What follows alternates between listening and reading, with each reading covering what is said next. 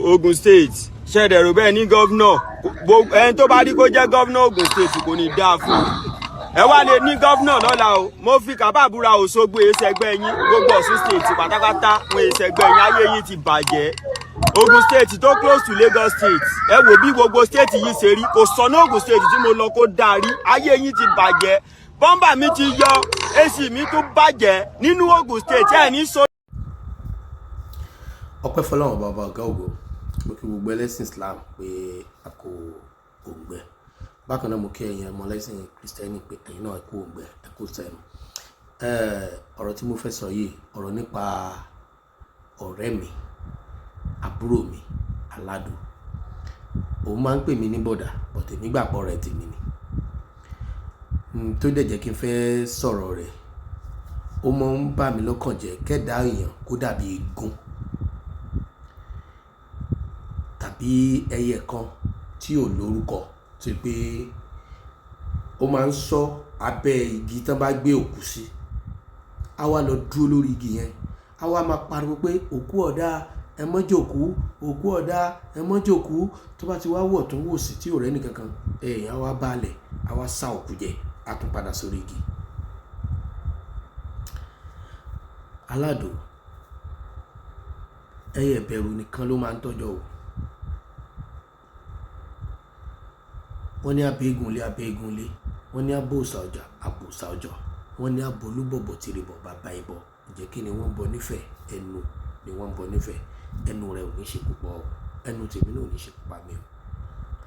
Mo fẹ́ràn ẹ gan torí pé Ọlọ́run fún ẹ ní ẹ̀bùn, ó dẹ̀ ka ẹyẹ, ó dẹ̀ jọ́mọ oníyànjú láti ilẹ̀ tá a ti mọ̀ ẹ́. Nítorí wá jẹ́ kí ọ̀rọ̀ yìí dùn mí díẹ̀ ni pé ó wà nínú ẹni tó máa ń sábà sọ̀rọ̀ nípa funny thinker, tàbí tó bá rẹ́ nìkan tó ṣe àwọn nǹkan kan láṣejù, ó wá máa ń dùn mí tí wọ́n gangan tó bá fọ̀ sírú trap yẹn. Àkọ́kọ́, ọmọ ìpínlẹ̀ Ọ̀yọ́ ni ẹ, influencer ni ẹ, skater ni ẹ, gbogbo wa náà la jẹ́ then public figure ni ẹ, then adẹ̀wà nínú a ní gbogbo ala ní ẹ̀tọ́ lábẹ́ òfin láti fẹ̀hónú hàn lọ́nà tó lè mú àlàáfíà wá.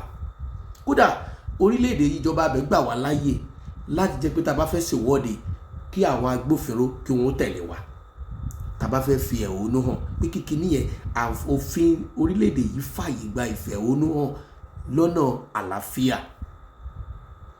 Tó bá ti wá rí nǹkan kan tó jọ ẹ́ lójú nípínlẹ̀ Ògùn, kì í ṣe ọ̀nà tó gbégbá yẹn ló máa gbégbá,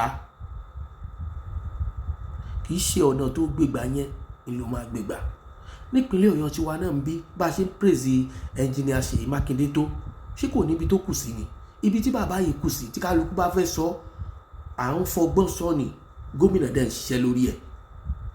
Tó bá tiẹ̀ wá rí nǹkan kan, mo rántí fídíò bàbá kan Labib Lágbàjì àfà yẹn, àfà dáadáa, nígbà tí wọ́n wá sógun State tó ń lọ fún wàásì bóyá ní àwẹ̀ last year tó witness irú nǹkan tó lo witness yìí, wọ́n náà sọ nígbà tí wọ́n dé wàásì, ṣùgbọ́n wọ́n gbé kalẹ̀ bí wọ́n ṣe gbé kalẹ̀ yẹn ni ò jẹ́ kó mẹ́jọ dání. Kì í ṣe pé wọ́n bẹ̀rù wọn torí pé jàfà, wọ́n gbé kalẹ̀ lọ́nà tó rẹwà pé gọ́vnọ̀ Ògùn State ẹ ṣàtúnṣe sóògùn, ojú ọ̀nà yìí ò dáa tó gẹ́gẹ́ bí gómìnà tẹ́ wà. Àwọn kankan wà tó fojú hàn tó pé tẹ́ bá ti kúrò nínú Abẹ́òkúta, àwọn kan tẹ́ máa rí ní Ògùn State ó lè má tẹ́yìn lọ́rùn. Kò dẹ̀ sí, kì í ṣe pé gọ́vnọ̀ Ògùn State, kì í ṣe pé gọ́vnọ̀ tó wà mẹ́ǹsìn, kì í ṣe pé òun ni àkọ́kọ́ gọ́vnọ̀ tí wọ́n kọ́kọ́ yàn lógùn State. Lánàá ìgbà tá a bọ́ síjọba olóṣèlú yìí, àìmọye gómìnà ló ti kọjá lọ ní ìjọba Ògùn State, nípínlẹ̀ Ògùn State náà, nípínlẹ̀ Ògùn. Tá bá dẹ̀ sọ̀rọ̀ nípa ìpínlẹ̀ tó láàmìlaka lórílẹ̀‐èdè Nàìjíríà lénìí tàbí nílẹ̀ Yorùbá wa, tá bá ń kà ní ení èjì, inú kí Ògùn máa wà ní nọ́mbà 2 ní tàbí nọ́mbà 3 níbi tí ìjọ ìpínlẹ̀ Ògùn ní oore ọ̀fẹ́ dé. Ó wù wá kí ìpínlẹ̀ Ògùn dàbí Amẹ́ríkà, ṣùgbọ́n tó bá di oríta kan tá bá fẹ́ gbà wọ́n nímọ̀ràn, ìjọba àpapọ̀ gangan mọ̀ pé ibi tá à ń pè ní Ọ̀yọ́ state tá à ń pè ní Ògùn state wọ́n ti tóbi jù tá a lè pè ní ìpínlẹ̀ kan lọ. Ṣebí báwa ò tiẹ̀ gbé north, ṣe báwọn èèyàn wá lọ sí north, wọ́n mọ déédéé tán fi ń yọ Kánò wọ́n mọ déédéé tán fi ń yọ Jìgáwá tó pé ìlú kan bí ìlú méjì ìlú ẹyọ kan ni wọ́n á fi ṣe state, òun náà ní state and capital. Ẹ wá wo gbogbo ìlú tí Ògùn state ń control.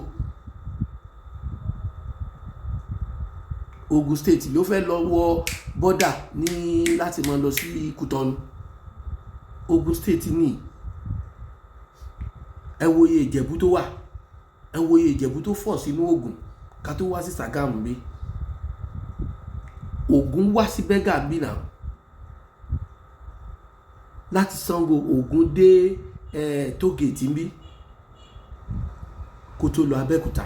Ẹ wo gbogbo ìlú tó wà lọ́ndà Ògùn state. So kíní yẹn lọ fà. So tá bá fẹ́ kíyèsí kankan bẹ̀, ọ̀nà tó lè gbà sọ tó lè rẹwà ju bó ṣe sọ yìí lọ. Wọ́n á bí ṣe odidi gọ́vnọ̀ state kan. Firstly bá mi dáadáa, ó ń ṣe politician. Tá bá sọ pé àbẹ́ àwọn kan wọ́n gbó fún tí wọ́n fẹ́ fi against the. So iṣẹ́ tó dẹ̀ gbé dání kò gbà kó o máa sọ̀rọ̀ gbàùgbàù. Jẹ́ kí ọjọ́ ọ̀la rẹ àtọjọ́ ọ̀la àwọn ọmọ tó ní jẹ́ kó ṣe pàtàkì sí ẹ. Nǹkan ọkàn tó fi máa ń wù mí jù ni wípé ọ̀pọ̀lọpọ̀ tó ní oore ọ̀fẹ́ tá a jọ níyì wọn kì í ní family, but ó ní family, oníyàwó gidi, òun bímọ. Àìmọye ọmọkùnrin tó lórúkọ sí tí wọ́n wà áfítà pé wọ́n á kàn máa sọ pé torí kí la fi fẹ́ yàwó wá nítorí ọmọ, náà bá ti bímọ àwọn ò lè níyàwó. So irú ẹni bẹ́ẹ̀ tí ó bá wà responsible àwọn èèyàn ò lè blame ẹ̀ torí pé kò ní family. Mo tí ẹ ò rí bẹ́ẹ̀, o lẹ́bí, o dẹ̀ lọ́jọ́ iwájú, o dẹ̀ níṣẹ́ tó gbé dání ní láì tó wà. So character tó bá fi ń ṣiṣẹ́ yẹn má máa lò níta mọ́ kó lè bá níyì, because tó bá gbé character bàbá aládòwọ̀ wà máa ṣe bí amúgbó. So o dẹ̀ ń borrow character ni everybody mọ̀ pé kì í mọ̀ sìgá níbi pé ó máa múgbó, but tó bá tí wọ́n á ṣe irú program tó ń ṣe yìí àwọn èèyàn wá máa wò pé real life ẹ bó ṣe rí ni character tó fi heart. I thank God. Àìmọye ìgbà ni mò ń lóore ọ̀fẹ́ àti pàdé ẹ̀ láwọn àwùjọ kan tínú mi máa ń dùn tí màá dẹ́ pẹ́ tí màá bẹ́ẹ̀ sọ̀rọ̀ tàjọ máa ń sọ̀rọ̀ ní sọ̀rọ̀ tẹ̀gbọ́ntàbúrò ní sọ̀rọ̀ ọ̀rẹ́ àtọ̀rẹ́. So pé inú mi máa ń dùn láwọn àwùjọ tí mo ti máa ń báyìí. Ó síbì kan jó ni wọ́n dẹ̀ ń ròyìn rẹ̀, Àyìndé Ògọ̀ ó ń ròyìn ẹ̀, àwìwà ní set pẹ̀lú ọdún. So ọdún wa ń complain, ọdún Adékọ́lá wọn ń complain lórí àwọn ọmọ kan. Ẹnìkan wá ní àṣebẹ́yìn rí Aládò bó ṣe jẹ́ pé influencer ni tó dẹ̀ jẹ́ pé ó jẹ́ skitter tó dẹ̀ lórúkọ. Ẹ wò bó ṣe ń kí everybody, bó ṣe ga tó ẹ̀ náà ló ṣe máa dọ̀bálẹ̀. Jọ mo bẹ́ẹ̀ kò dìgbà tó bá tó àbúṣe èèyàn tó ṣe sọ̀rọ̀ sí èèyàn tó ṣe useless èèyàn kó tó di pé wọ́n máa gbọ́ ẹ. Kò ń ṣe yẹn ló kò ń ṣe o tún fẹ́ ṣe apology náà, o tún ṣe apology náà o tún wá repeat rẹ̀ lórí àwọn nǹkan tí ò dáa. Ṣọ́ra pẹ̀lú ọ̀rọ̀ àlùfàṣà, Ọlọ́run á bá mi gbé ẹ̀ga wàhálà àdúgbà wà débi gíga lágbára Ọlọ́run. O ní láti wà very very careful. Tí yóò bá rú epo tí ò rú yọ̀ táyé bá ń ṣe pẹ̀lẹ́pẹ̀lẹ́ kó tó ń fura o.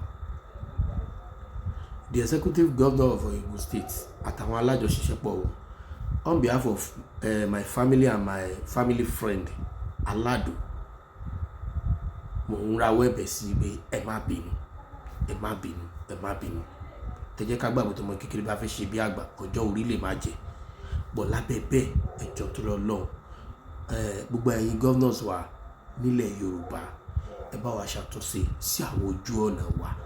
Mọ́tò tó ń gbé fún wa ní Nàìjíríà tá ń lò kì í ṣe mọ́tò tó bá ojú ọ̀nà wa mu. A lè lo táyà kan fún complete oṣù mẹ́ta. A lè lo ọwọ́ ọkọ̀ fún complete oṣù mẹ́ta. Àwọn èèyàn náà ṣáà ló wà ní Lagos State. Express tó wà ní Ìbàdàn sí Lagos State mo fẹ́ lè sọ pé kò sí níbòmí. Ṣebí federal government ló approve express Ìbàdàn lọ sí Ìlọrin. Ẹ lọ wo nǹkan tó ṣe sí Ìlọrin sí Ògbómọ̀ṣọ́. Ẹ lọ wo nǹkan tó ṣe sí Ìbàdàn sí Èkó. Ẹ wá lọ wo ọ̀nà tó ṣe láti Ìbàdàn dé Ògbómọ̀ṣọ́. Gbogbo kòtò kú ló wà ńbẹ̀ látàyè former president Olúṣẹ́gun Àrẹ̀mú Ọbásanjọ́. Ẹ wo iye àwọn tó ti wá lẹ́yìn rẹ̀ tí wọ́n rí solution sí. From Ìbàdàn to Ọ̀yọ́ sí old road là ń gbà, kò sẹ́ni tó lè gba express mọ́. Ẹ jọ̀ọ́ ẹ bẹ̀rù Ọlọ́run. Ẹ ti ẹ̀ wò pẹ́yìn náà láwọn family tó ń rin ọ̀nà yìí, ẹni mother in law ẹni father in law tó ń gba àwọn ọ̀nà yìí. So kò sí state tọ́rọ̀ yìí ò sí. So Your Excellency gómìnà wa nípínlẹ̀ Ògùn ojú òní tìyìn, ẹ kú iṣẹ́ takuntakun. Òun bá àkókò tó kù yìí ẹ jẹ́ kọ́wọ́jà yín kọ́wọ́jà ìjọba yín kó dé ibi tó bá yẹ kó dé. Ọlọ́run á kún yín. Quick one lórí ọ̀rọ̀ gọ́vnà Ogun State tí mo sọ lánàá. Emmanuel Ojo àti Ọlánrewájú Òjó mo rò bí ẹ ṣe gọ́vnà ni wọ́n. A criticize gọ́vnà yín, a dẹ̀ criticize ẹ̀ náà nìyẹn, kò sí ní tẹ́ fẹ́ ṣe. Èmi believe pé tó bá jẹ́ tòótọ́ lẹ ṣe àwọn kan tó dáa sínú Ogun State tẹ́ ẹ ṣọ̀nà tẹ́ ẹ ṣe náà tẹ́ ẹ ṣomi, èmi expect kó yẹ kẹ́ ẹ post nǹkan tẹ́ ẹ ṣe under comment section. Tó bá jẹ́ ẹsẹ̀ ní orí yín ó pè, orí yín sì ti dàrú.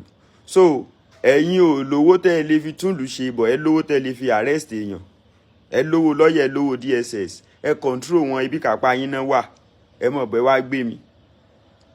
Ẹ̀yin tẹ́ ẹ ní làákàyè yìí, àwọn wèrè kan náà alátẹnujẹ títí wọ́n ti bàjẹ́. Nígbà tó jẹ́ pé tó bá ti ya gàrí àti ráìsì lé yín lọ́wọ́, wọ́n ti rà yín pa fọ́dún 4 nìyẹn. Èmi sọ̀rọ̀ pé mo wá sí inú state pé ẹ̀ẹ̀mejì tí mo wá ṣiṣẹ́ nínú state yẹn, gbogbo owó iṣẹ́ tí mo gbà mo fi tún mọ́tò ṣe padà ní. Ẹ̀yin kan wá bá mi sọ̀rọ̀ lórí burúkú. Nǹkan ẹyọ kan tí mo lè rí pé mi fi right inú yín ni pé bóyá mo gbé gọ́vnà yẹn ṣe pé nígbà tó dẹ̀ ń ká mi lára ni kí gọ́vnà yẹn má bínú. But at the same time you people ṣe dá àbò lórí burúkú ni yín ni. Èmi ni ẹ fẹ́ mọ́ fi lọ́ọ̀yà àti ọlọ́pàá threatening. Ẹ jẹ́ tètè kẹ́ ẹ tètè. Àwọn bàbá Tinubu tán wà lókè tán ṣiṣẹ́ takuntakun, tíjọba bá máa dé grassroots kò ń ṣọwọ́ gọ́vnà ló máa wà ní, kò ń ṣọwọ́ local government chairman ló máa wà ní, kò ń ṣẹ̀yìn lẹ máa jẹ́ kí iṣẹ́ tó ń ṣiṣẹ́ ní federal yọ ni. Mélòó lójú Tinubu fẹ́ tó? Tẹ́ bá ṣe dáa máa sọ, ṣe dáa là ń sọ yẹn, ẹ lọ adjust ni. Táwa bá ṣe fídíò tá a ṣì mọ́ yín ó tó bí ojú bẹ́ẹ̀ lọ. Mo ti máa ń come across fídíò tó fi máa ń kọlù gómìnà ẹ̀ out pé ọ̀nà ò dá. Tó dẹ̀ máa ń ṣe lóní pẹ́pẹ́ fúru tó máa ń ṣe ní ẹlẹ́nu rẹ̀ lẹ̀ fún. Mélòó nínú àwọn ọ̀nà yẹn lẹ́sí wò wípé àwọn ti kọ́ wa out, ẹ jẹ́ ká lọ ṣe o. Ẹlòmíì ti ya wèrè. Àwọn méjèèjì tí mo lẹ picture wọn sí ojú kìíní yìí, orí yín ó pè é gbádùn rárá, abẹ́ ya wèrè. Èmi ni ẹ fẹ́ mọ́ fi lọ́ọ̀yà àti kìíní dẹ́rùbà. So tẹ́ bá ti rí ọmọ mẹ̀kúnnù tó sọ̀rọ̀ on behalf of his people, ẹ̀yin olórí burúkú yìí, torí pé ẹ̀yin kúkú rìn lẹ̀, tí gọ́vnà ó bá rán yín iṣẹ́ ẹ̀sẹ̀ tẹ́ jẹ́ ẹ̀gùn flight ni. Ṣebí tó bá jẹ́ wípé ẹ̀yin náà ẹ ti dààmú nínú eruku tẹ́ ti sánná ní ayé, ẹ mọ̀ nǹkan tí mò ń sọ. Eruku ti fẹ́ báyé wọn jẹ́ ń bẹ̀ yẹn ṣá. Ẹ ń lólé ayé bígbà pé wà nínú oko, kí wá láǹfààní industry tẹ́ ní? Àbí sáwọn industry yẹn ò san tax fún yín ni? Ẹ maintain odidi state tí kò tí ẹ yẹ kógùn state rí bó ṣe rí yẹn rárá. Ibẹ̀ yẹn ò develop rárá. let's assume yìí pé state tẹ wà yẹn tẹ ti ń generate àwọn income from industry tẹ súnmọ́ Lagos state bẹ́ẹ̀ yẹn ká ní pé ẹ̀sìn bẹ́ẹ̀ tó jẹ́ pé ẹ̀yin lọ wà nípò Ọ̀ṣun state ńkọ́ ẹ̀yin òpònú burúkú yìí èmi wá ní ẹ fẹ́ máa fi DSS dẹ̀rùbà èmi lẹ́ ń fi lọ́ọ̀yà dẹ̀rùbà ayé yín ti bàjẹ́ ó dà pé ẹ̀mẹ́ tẹ́ ń bá falàkàdí tó bá ti criticize gómìnà yín ẹ ṣe nǹkan tán fẹ́ ni so ẹ lówó tẹ́ lè fi tún lù ṣe ẹ lówó tẹ́ lè fi fìyà jọmọ mẹ̀kúnnù tó bá sì dìgbà election nísìnyìí ẹ tó bá tún fà kalẹ̀ fún yín rẹ́dẹ̀rẹ́dẹ́ tẹ́ ẹ ṣe kíbi tẹ́ gba láìsí tẹ́ gba èlùbọ́ ẹ tún tara yín sóko ọdún mẹ́rin míì ó dẹ̀ ń wo comment section mú pé Nàìjíríà yìí àmọ́ ya wèrè gan o do we really want better for ourselves? If you want this country to be better, this governor in question, gbogbo ẹ̀yin tẹ́ bá ti jẹ́ government office, gbogbo yín lẹ nídìí láti máa criticize yín ẹ ya wèrè ni. Tó bá yẹ pé kò sí iná látànà mo ti ká ní bó ṣe ń hàn lára mi tí mo ti rí message ẹ̀yin méjèèjì ìkan dẹ̀ ń tàgẹ̀ nìkan lágbájá need to see this.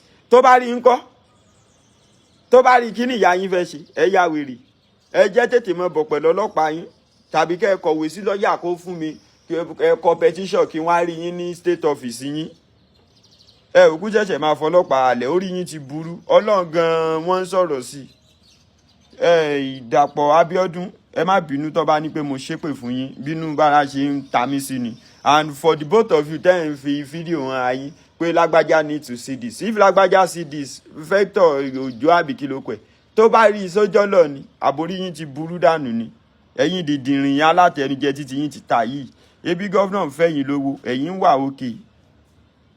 wà òkè náà orí yín ti burú ẹ mú DSS yín wá tàbí kẹ́ ẹ lọ kọ lẹ́tà kẹ́ ẹ lọ́dọ̀ lọ́ọ̀yà kẹ́ ẹ ní pé wọ́n bú gọ́vnà yín ẹ̀yin wèrè nígbà tẹ́ ẹ mọ̀ pé wà capable kílẹ̀ rúlù odidi state sí tẹ́ ẹ bá ti wà capable kò nídìí kẹ́ kulẹ̀ mọ́ sáré kí olórí burúkú pé kán dìbò fún yín àwọn Tinubu náà ń ṣiṣẹ́ ẹ̀jí ó yọ náà Ogun state rán gbogbo ọmọ Ogun state Ọlọ́run òjì ó yẹ yín o tí wọ́n bá ti ṣe ń tó dáa fún yín ẹ má dìbò fún wọn mọ́ ẹ ya wèrè ni èmi wà ní ẹ tẹ́ mọ́ fi ọlọ́pàá dẹ́rù bà ẹ gọ̀.